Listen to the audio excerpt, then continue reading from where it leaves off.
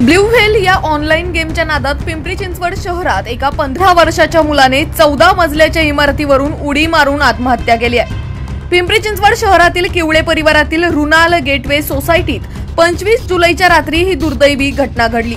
आर्य श्रीराव असं आत्महत्या केलेल्या 15 वर्षाच्या मुलाचं नाव आहे। आर्य श्रीराव हा अत्यंत लाजाळू आणि अभ्यासू मुलगा चिंचवडमधील नामांकित स्कूलमध्ये 10व्या वर्गात शिक्षण घेत होता। मात्र मागील 6 महिन्यापासून तो ऑनलाईन गेमच्या आहारी गेला होता। ब्लू व्हेल सारख्या धोकादायक गेम खेळून तो प्रचंड आक्रमक झाला होता। तो तासनतास स्वतःला आपल्या घरातील सदनिकेत बंद ठेवून ब्लू व्हेल सारखा ऑनलाईन गेम खेळत होता।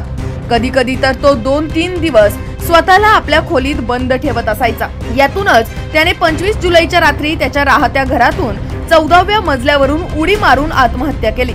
आर्य श्रीराव हा आपल्या आईसोबत किवळे येथील रुनाल गेटवे सोसायटीमध्ये राहायचा, तर त्याचे वडील हे विदेशात नोकरीसाठी वास्तव्यास आहेत। या घटनेमुळे श्रीराव कुटुंबाला मोठा धक्का बसलाय। आर्य श्रीराव या चिमुकल्या मुलाच्या आत्महत्या प्रकरणात रावेत पोलिसांनी आकस्मिक मृत्यूची नोंद केली आहे। मात्र या घटनेमुळे पिंपरी चिंचवड शहरात मोठी खळबळ उडाली आहे। ब्लू व्हेल, पबजी सारख्या जीवघेण्या ऑनलाईन गेमवर बंदी असताना सुद्धा हे गेम लहान मुलांच्या मोबाईलमध्ये कसे इन्स्टॉल होतात आणि यावर सरकार निर्बंध का आणत नाही, असे प्रश्न या निमित्ताने उपस्थित होत आहेत।